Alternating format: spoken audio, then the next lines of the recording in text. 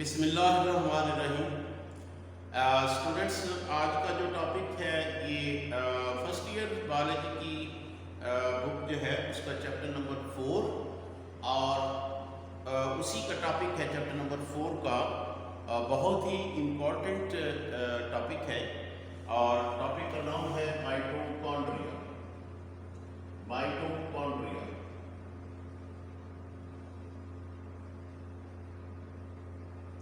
Mitochondria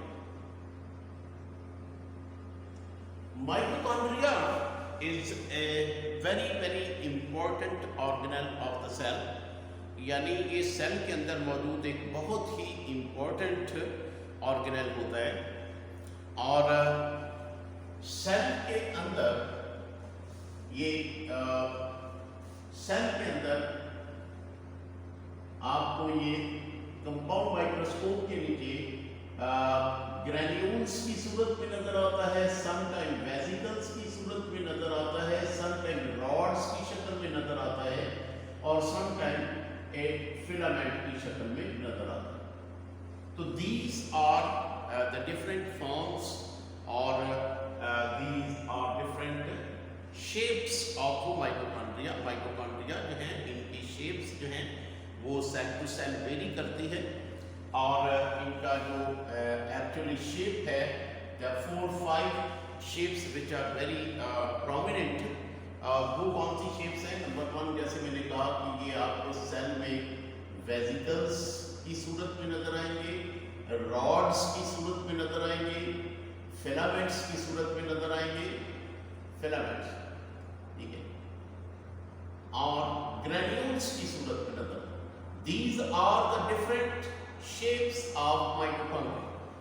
यानी mitochondria की ये डिफरेंट शेप्स हैं जो आपको सेल के अंदर नजर आएंगी।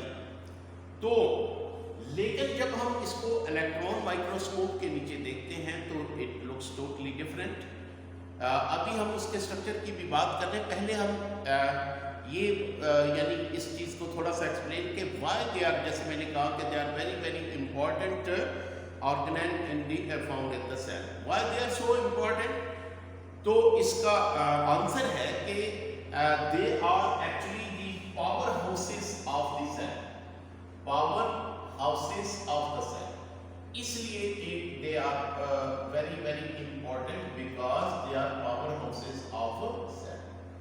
यानी यहाँ पे एनर्जी जनरेट होती है सेल के मुख्तलिफ फंक्शंस के लिए, मेटाबॉलिज्म के लिए जो एनर्जी रिक्वायर्ड होती है वो माइटोकॉन्ड्रिया जो है वो प्रिपेयर करके सेल को फ्राहम करता है एटीपी की फॉर्म में, यानी एडिनोसिन ट्राइफॉस्फेट की फॉर्म में उसको प्रिपेयर करके देता है। ये फूड कहाँ से आता है, ये जो एनर्जी है ये किस तरह से वो बनाता है, ये थोड़ा सा मैं सिर्फ आपको बता दूँ कि why they are called powerhouses of the cell। इनको पावर हाउसेस क्यों कहा जाता है, थोड़ा सा बस मैं आपको इसका ज़रा बता दूं बैकग्राउंड। देखें, हमने पहले जो चैप्टर्स में या पहली क्लासेस में एक रिएक्शन पढ़ा था, chemical reaction which is called cellular respiration. Cellular respiration हमने पिछली क्लासेस में पढ़ा था कि सेलुलर रेस्पिरेशन जो है एक्चुअली क्या होता है कि इसमें फूड को ब्रेक डाउन किया जाता है with the help of oxygen और इसके नतीजे में क्या होता है, कार्बन डाइऑक्साइड प्रोड्यूस होती है, वाटर प्रोड्यूस होता है, प्लस बहुत सारी एनर्जी हमें हासिल होती है। ठीक है, तो यानी ये जो है रिएक्शन, ये जो इक्वेशन मैंने लिखी है ये दरअसल सेलुलर रेस्पिरेशन की है। सेलुलर रेस्पिरेशन इसलिए कह रहा हूँ कि it is found inside the cell. यानी ये जो सेलुलर रिएक्शन है, चूँकि ये सेलुलर रेस्पिरेशन सेल के अंदर होती है इसलिए हम इसको सेलुलर रेस्पिरेशन कहते हैं और इसमें फूड को तोड़ा जाता है with the help of oxygen. यानी इसको हम एरोबिक रेस्पिरेशन भी कह सकते हैं जो कि ऑक्सीजन की मदद से होती है और इसके नतीजे में कार्बन डाइऑक्साइड, वाटर और एनर्जी प्रोड्यूस होती है। इसको हम सेल, ये वो यानी रिएक्शन है। ये देखने में तो रिएक्शन बहुत ही सिंपल लगता है, छोटी सी इसकी इक्वेशन है, लेकिन चैप्टर 11 आपने पढ़ा है तो चैप्टर 11 में आपने देखा है कि सेलुलर रेस्पिरेशन दरअसल बहुत ही एक लंबा चौड़ा रिएक्शन है और जो डिफरेंट स्टेप्स में जो है वो पूरा होता है। और वो स्टेप्स भी आपने पढ़े हैं। इसका पहला स्टेप जो होता है रेस्पिरेशन का, यानी ग्लूकोज से एनर्जी हासिल करने का, वो क्या है? Number 1 glycolysis. ग्लाइकोलिसिस जो है ये पहला स्टेप है सेलुलर रेस्पिरेशन का। और ये याद रखें कि ग्लाइकोलिसिस जो है ये सेल के साइटोप्लाज्म के अंदर होता है। It is not in mitochondria. ये बहुत ही इंपॉर्टेंट जो बात है आपको याद रखने वाली कि जो ग्लाइकोलिसिस होता है ये दरअसल साइटोप्लाज्म में होता है। ये माइटोकॉन्ड्रिया में नहीं होता, साइटोप्लाज्म में होता है। और साइटोप्लाज्म में जब ग्लाइकोलिसिस हो जाता है और उसके नतीजे में पायरुविक एसिड बन जाता है, तो पायरुविक एसिड को हम कहाँ लेके जाते हैं? नेक्स्ट स्टेप में। और वो नेक्स्ट स्टेप कौन सा है? Krebs cycle. दूसरा जो स्टेप है वो है क्रेब्स साइकिल। तो क्रेब्स साइकिल जो है ये दूसरा स्टेप। और उसके बाद तीसरा स्टेप क्या है? Electron transport chain, ETC, electron transport chain. ठीक है, तो ये वो 3 स्टेप हैं जिससे हम ये जो फूड है, हाँ वो यानी कार्बोहाइड्रेट्स है या प्रोटीन्स हैं या फैट्स हैं, वट जो भी है, इसको हम जब इससे एनर्जी हासिल करते हैं तो कार्बोहाइड्रेट्स की सूरत में पहला स्टेप जो होगा वो होगा ग्लाइकोलिसिस, जो कि सेल के साइटोप्लाज्म में होगा। दूसरा स्टेप जो है क्रेब्स साइकिल, ये माइटोकॉन्ड्रिया के अंदर होगा, ये माइटोकॉन्ड्रिया। और इसी तरह से इलेक्ट्रॉन ट्रांसपोर्ट चेन, ये भी माइटोकॉन्ड्रिया के अंदर होता है। तो इस लिहाज से अगर आप देखा जाए तो हम कह सकते हैं कि जो सेलुलर रेस्पिरेशन है ये माइटोकॉन्ड्रिया के अंदर होती है। दैट्स व्हाई इसको यानी power houses of the cells कहा जाता है, क्योंकि इसके अंदर जो मोस्ट इम्पॉर्टेंट रिएक्शन है, देखें अगर ये रिएक्शन नहीं होता तो देयर इज नो लाइफ, यानी इसके बगैर कोई लाइफ नहीं, क्योंकि कोई एनर्जी नहीं है तो कोई लाइफ नहीं। तो ये रिएक्शन जो है माइटोकॉन्ड्रिया में होता है, इसलिए हम इसको जो है वो पावर हाउसेज ऑफ द। अब ये रिएक्शन में देखें कि जितने जो है क्रेब्स साइकिल हो गया, ETC हो गया, इसको तो मैं छोड़ रहा हूँ क्योंकि ये साइटोप्लाज्म में होता है और ये दोनों स्टेप में है, ये माइटोकॉन्ड्रिया में होते हैं। तो इसमें जितने भी एंजाइम्स हिस्सा लेते हैं they are all found in mitochondria. तो माइटोकॉन्ड्रिया में सेलुलर रेस्पिरेशन के मुतल्लिका जो एंजाइम्स हैं, को एंजाइम्स हैं, ये सारे जो हैं ये माइटोकॉन्ड्रिया में पाए जाते हैं। ठीक है, तो माइटोकॉन्ड्रिया जो है ये सेल में पाया जाने वाला बहुत ही इंपॉर्टेंट। और साइज के एतबार से अगर हम देखें, इसको साइज की बात करें तो साइज जो है ऊपर इसका डायमीटर अगर हम देखें तो 0.5 माइक्रोमीटर, 0.5 माइक्रोमीटर, यानी ये इसका साइज होता है डायमीटर का। और अगर इसकी हम अकरेंस की बात करें, अकरेंस का मतलब ये कौन कौन से सेल्स के अंदर पाए जाते हैं और कौन कौन से सेल्स के अंदर नहीं पाए जाते। सबसे पहली बात यह है कि they are found only in eukaryotic cells, बहुत ही important, they are found only in eukaryotic cell, they are not found in prokaryotic cell. ये बहुत ही इंपॉर्टेंट ज़हन में रखें। ठीक है, यूकेरियोटिक सेल्स में कुछ सेल्स ऐसे हैं जो एक्सेप्शन है, जिनमें ये नहीं पाए जाते, जैसे कि मतलब रेड ब्लड सेल्स, ह्यूमन में रेड ब्लड सेल्स हैं, उसमें माइटोकॉन्ड्रिया नहीं होते। अच्छा, इसके बाद चूंकि इनका ताल्लुक जो एनर्जी प्रोडक्शन से है, तो ये उन सेल्स के अंदर बहुत ज़्यादा पाए जाते हैं जहाँ पे एनर्जी की बहुत ज़्यादा ज़रूरत होती है। जैसे मिसाल के तौर पर एक स्किन सेल है, एक नोज का सेल है, एक बाल का सेल है और एक मसल सेल है। इन सेल्स के अंदर सबसे ज़्यादा माइटोकॉन्ड्रिया किसमें पाई जाएगी? मसल सेल, क्योंकि मसल सेल में सबसे ज़्यादा एक्टिविटी होती है, एनर्जी यूज़ होती है, हम मसल्स को बहुत ज़्यादा यूज़ करते हैं। तो they are found in abundance in mitochondria, in muscle cells. ठीक है, इन लिवर सेल में भी बहुत सारी जो है एक्टिविटी होती है, तो उसमें भी माइटोकॉन्ड्रिया की अच्छी खासी तादाद होती है। तो यानी अगर आपको इस तरह का कोई कोई एमसीक्यू पूछा जाए कि आपको कुछ सेल्स बताए जाए कि इनमें सबसे ज़्यादा माइटोकॉन्ड्रिया किस में पाए जाते हैं, तो आपने देखना है कि इन सेल्स में सबसे ज़्यादा एक्टिविटी किसकी, जिस सेल की सबसे ज़्यादा एक्टिविटी होगी उसमें सबसे ज़्यादा माइटोकॉन्ड्रिया पाए जाए। अब इसके स्ट्रक्चर की हम बात करें तो इसका स्ट्रक्चर कैसा होता है, ठीक है। तो स्ट्रक्चर के लिए मैं इसका डायग्राम ड्रा करता हूँ, एक सिंपल सी डायग्राम ड्रा करते हैं इसका स्ट्रक्चर समझने के लिए। जैसे मैंने कहा हम इसको इस तरह से, यानी ये अगर फर्ज करें हमारे पास एक वेसिकल की शेप में माइटोकॉन्ड्रिया है, हम इसको लॉन्गिट्यूडनली इस तरह से काट लेते, लॉन्गिट्यूडनली काट लेते इस तरह से। तो ये आपको अंदर से किस तरह से नजर आएगा, ये देखिए आपको ये अंदर से इस तरह का नजर आएगा ये, और इसकी दो मेम्ब्रेन है। ये कैसे आपको कहाँ नजर आ रहा है, अंडर इलेक्ट्रॉन माइक्रोस्कोप। तो इसकी दो मेम्ब्रेन होगी, दूसरी मेम्ब्रेन जो है एक बाहर मेम्ब्रेन होगी और एक इसके अंदर मेम्ब्रेन इस तरह। तो it is A double membrane structure, या इसको हम मेम्ब्रेन बाउंडेड स्ट्रक्चर भी कहते हैं। मेम्ब्रेन बाउंडेड स्ट्रक्चर यानी इसमें इर्द गिर्द दो मेम्ब्रेन, और इसकी बाहर की मेम्ब्रेन जो है इसको आउटर मेम्ब्रेन कहा जाता है, आउटर मेम्ब्रेन। और जो दरमियान इसके अंदर जो मेम्ब्रेन है ये वाली, इसको हम इनर मेम्ब्रेन कहते हैं, इनर मेम्ब्रेन। तो ये दो मेम्ब्रेन है इसके, लेकिन ये जो बाहर वाली मेम्ब्रेन है ये स्मूथ है, इसमें किसी किस्म का कोई बल नहीं है, किसी किस्म का कोई क्रस्ट रिज नहीं है। लेकिन जो अंदर वाली जो मेम्ब्रेन है ये इस तरह से स्मूथ नहीं होती, बल्कि इसकी शेप जो है वो कुछ इस तरह से होती है कि इट इज इनफोल्डेड, या कहने के फोल्डेड इनसाइड, यानी इस तरह से इसमें फोल्डिंग्स होती है, ये इसमें इस तरह से फोल्डिंग्स होती है अंदर की तरफ, ये अंदर की तरफ इस तरह से इसकी फोल्डिंग,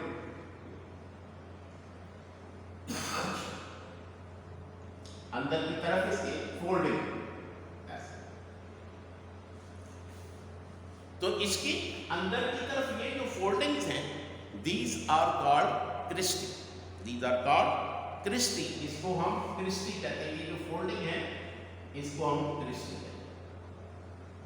अच्छा, उसके बाद ये जो इसके अंदर, यानी ये अब देखिए इसमें दो चैम्बर बन गए, एक तो ये चैम्बर बन गया दोनों मेम्ब्रेन के दरमियान में, और एक ये चैम्बर बन गया, ठीक है। यानी इसमें दो कंपार्टमेंट बन गए, एक ये वाला आउटर कंपार्टमेंट है, आउटर कंपार्टमेंट, आउटर कंपार्टमेंट, और एक जो है वो इनर कंपार्टमेंट है, इनर कंपार्टमेंट, इनर कंपार्टमेंट। अब ये जो दो कंपार्टमेंट हैं, ये जो है ये कंपार्टमेंट एक्चुअली स्पेस है, space between two membranes, outer membrane और इनर मेम्ब्रेन। जबकि ये जो कंपार्टमेंट है it is filled with the gel like structure, it is filled with gel like structure which is called mitochondrial matrix, mitochondrial matrix.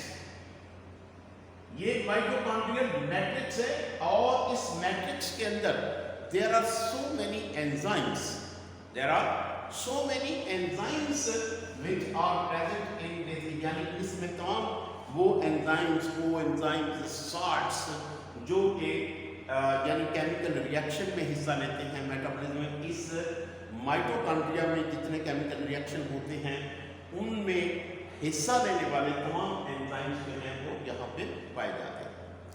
अच्छा, इसके अलावा ये जो क्रिस्टी है, इस क्रिस्टी के ऊपर छोटे छोटे नॉब लाइक स्ट्रक्चर, इस तरह से नॉब लाइक स्ट्रक्चर होते हैं, ये देखिए इस तरह से नॉब लाइक स्ट्रक्चर, ये ऐसे। These knob like structure are called F1 particles. ये जो knob like structure है, these are called F1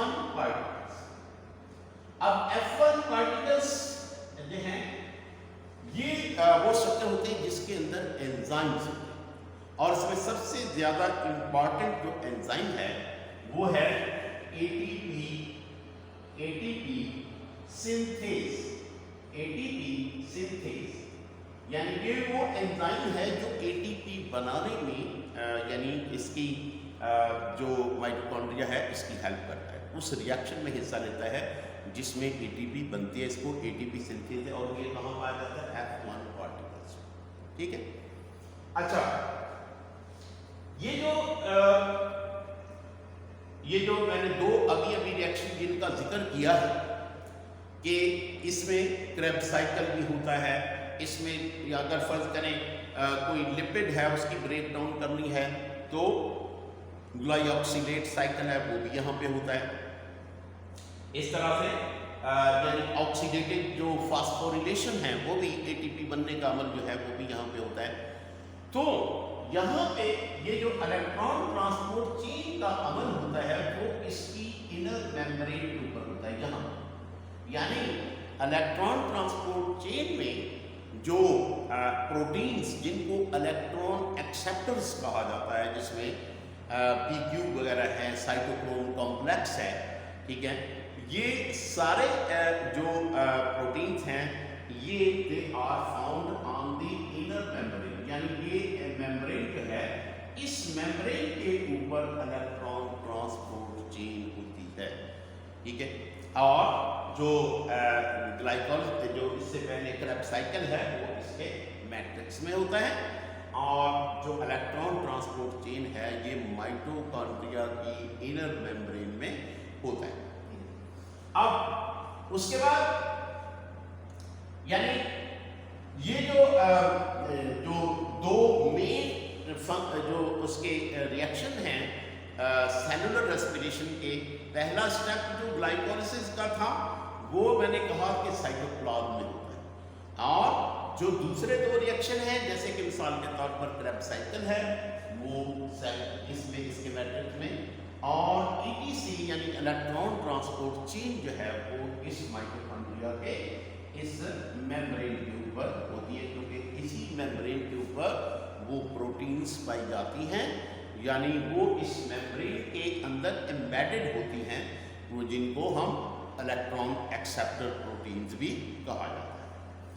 अच्छा, अब ये यानी जिस वक्त ये दोनों रिएक्शन हो जाते हैं क्रेब्स साइकिल और इलेक्ट्रॉन ट्रांसपोर्ट चेन, तो जो फूड के अंदर जितनी भी जो एटीपी होती है, फर्ज करें हम अगर जो है कार्बोहाइड्रेट्स यूज़ कर रहे हैं तो कार्बोहाइड्रेट्स के अंदर जितनी एनर्जी होगी ये माइटोकॉन्ड्रिया उसको एक्सट्रैक्ट करेगा और उसको एटीपी में यानी एडिनोसिन ट्राइफॉस्फेट में कन्वर्ट करेगा और सेल को प्रोवाइड करेगा, क्योंकि एटीपी जो है जैसे आप जानते हैं कि ये सेल की एनर्जी करेंसी है, और सेल को जब भी एनर्जी की ज़रूरत होती है तो वो एटीपी से एनर्जी हासिल करता है, यानी जो माइटोकॉन्ड्रिया है ये एटीपी प्रोड्यूस करता रहता है और जो सेल है वो उसको एटीपी की सूरत में इसको यूज़ करता रहता है। तो ये था माइटोकॉन्ड्रिया का स्ट्रक्चर और इसका कुछ इसका फंक्शन और इसकी अकरेंस, साइज वगैरह व्हाटएवर। तो गाइस आपसे वही पुरानी रिक्वेस्ट मैं कर रहा हूँ कि आप लोग चैनल को प्लीज़ सब्सक्राइब करें और दोस्तों के साथ शेयर ज़रूर किया करें ताकि सब लोग मैक्सिमम जो है इससे फ़ायदा उठा सकें। और अगर आपको कोई टॉपिक हो जिस पे आप चाहते हैं कि वीडियो बने तो वो आप कमेंट्स में भी बताएं, और वीडियो आपको कैसी लगी ये ज़रूर कमेंट करके बताया करें। अगर कोई कमी बेशी हो तो तब भी आप उसमें कमेंट में लिख के मुझे बता सकते हैं। Thank you very much.